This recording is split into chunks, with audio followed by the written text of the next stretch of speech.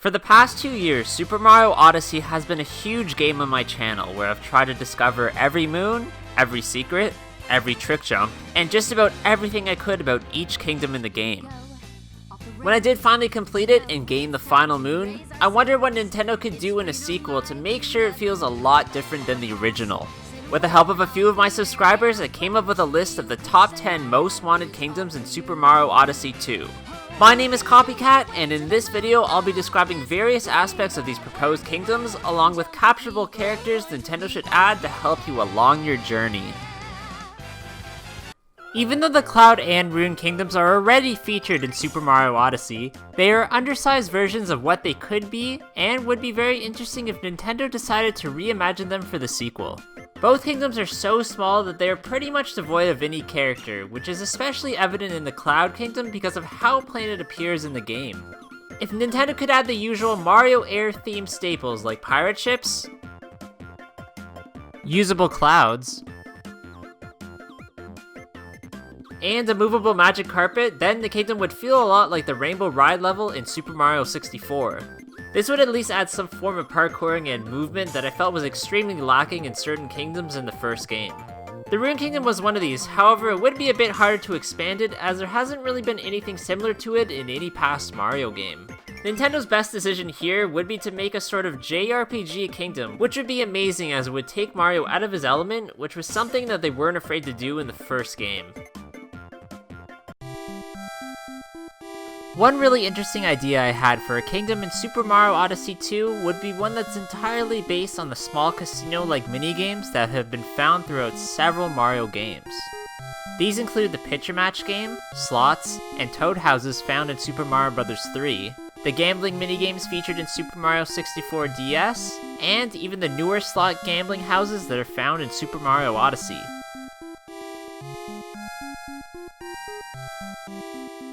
It would be cool if this kingdom could be a combination of parkouring elements and minigames, which would require you to win in order to gain certain moons. If done correctly, this would be extremely fun. Just like the Peanut Park level in Super Mario Sunshine, it would make a lot of sense if there's an entire kingdom based on an amusement park.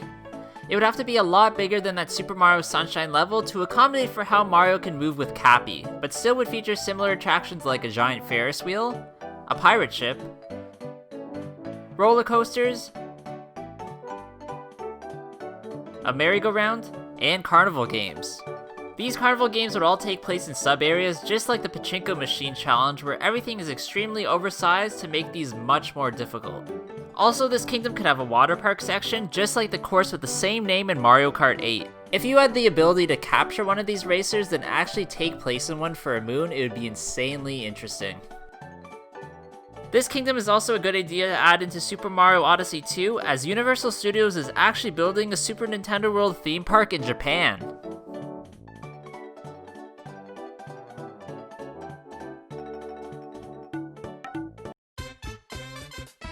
The world I was always fascinated by in Super Mario 64 was the tiny huge island which changed you into different sizes when you travel down a pipe. This could be implemented perfectly in Super Mario Odyssey 2, focusing more on 3 different sizes, tiny, regular, and giant, which could lead to some very interesting kingdom puzzles.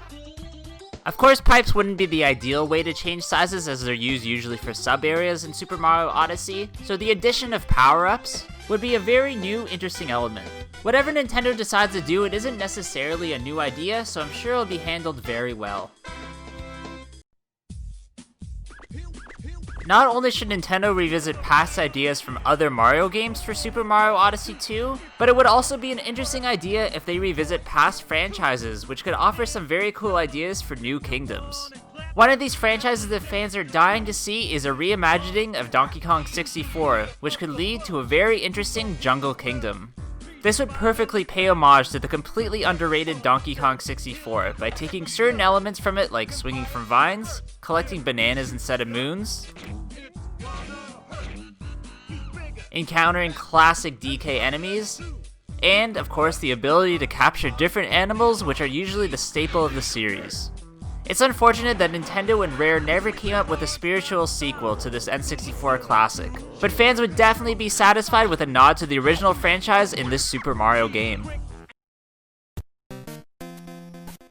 A very different idea that they could bring into Super Mario Odyssey 2 would be a kingdom that's entirely made of pipes. Now, this isn't necessarily a new idea, as there have been several past levels in 2D Mario games that involve platforming a world of pipes. However, this has never been seen in any 3D Mario game in an open world concept. Of course, there have been a few levels in Super Mario 3D World, but those don't really count as they follow a really linear playstyle. The kingdom itself would have to be laid out in a sort of maze with pipes leading to hidden rooms, sub-areas, and bosses. It's hard to say if this kingdom would be big or small, but Nintendo has a chance to be very creative with it. Like we talked about, it's probably a good idea if Nintendo decides to revisit past Mario games for inspiration.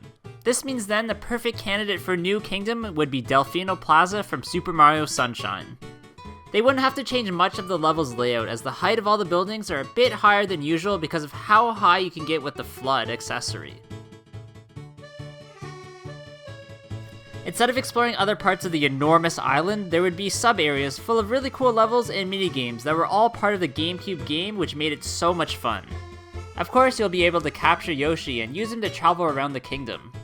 I hope that Nintendo decides to bring back this fan-favorite island, as people have been waiting for years for some sort of sequel.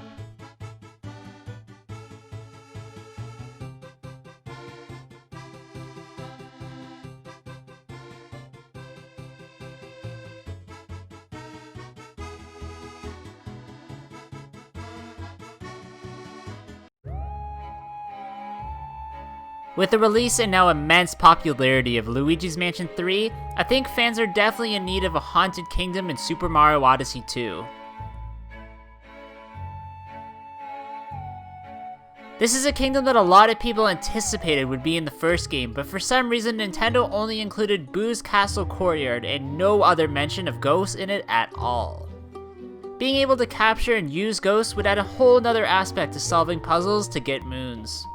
The haunted house in Super Mario 64 was one of the game's best levels, and a great starting point for what this kingdom should look like, except for on a much bigger scale.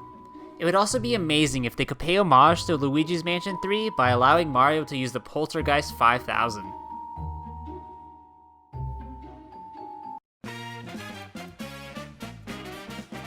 One of the biggest surprises in Super Mario Odyssey was the Metro Kingdom, which is supposed to feel like New York City with its tall skyscrapers, which led to some very fun parkouring. In the sequel, I think they should pay homage to Nintendo's homeland and base this new Metro Kingdom on Tokyo, with a much more Asian and futuristic style, with capturable robots that will help you along your journey. They could even consider doubling the size of the kingdom to make it seem like you're in a much larger, sprawling metropolis. I think there should be a starting kingdom for Super Mario Odyssey 2, and just a little throwback to the first game of what made it so great. Before I get to number 1 on this list, here are some honorable mentions.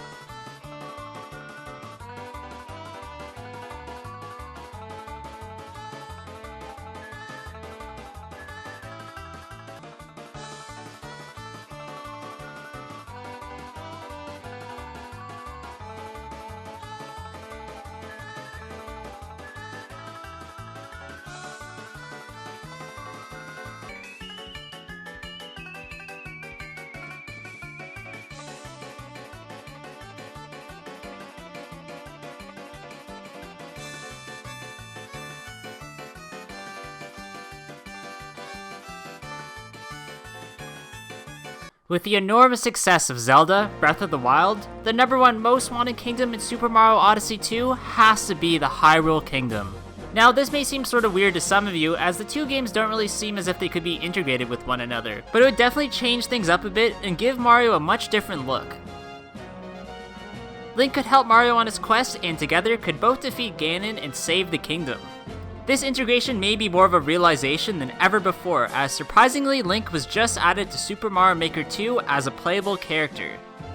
This means that Nintendo is way more willing to blend the two franchises, and could also allow Super Mario Odyssey 2 to have more of a story, which it definitely was lacking in the first game. Alright, so that's going to be it for today's video, guys. I really hope you did enjoy this one.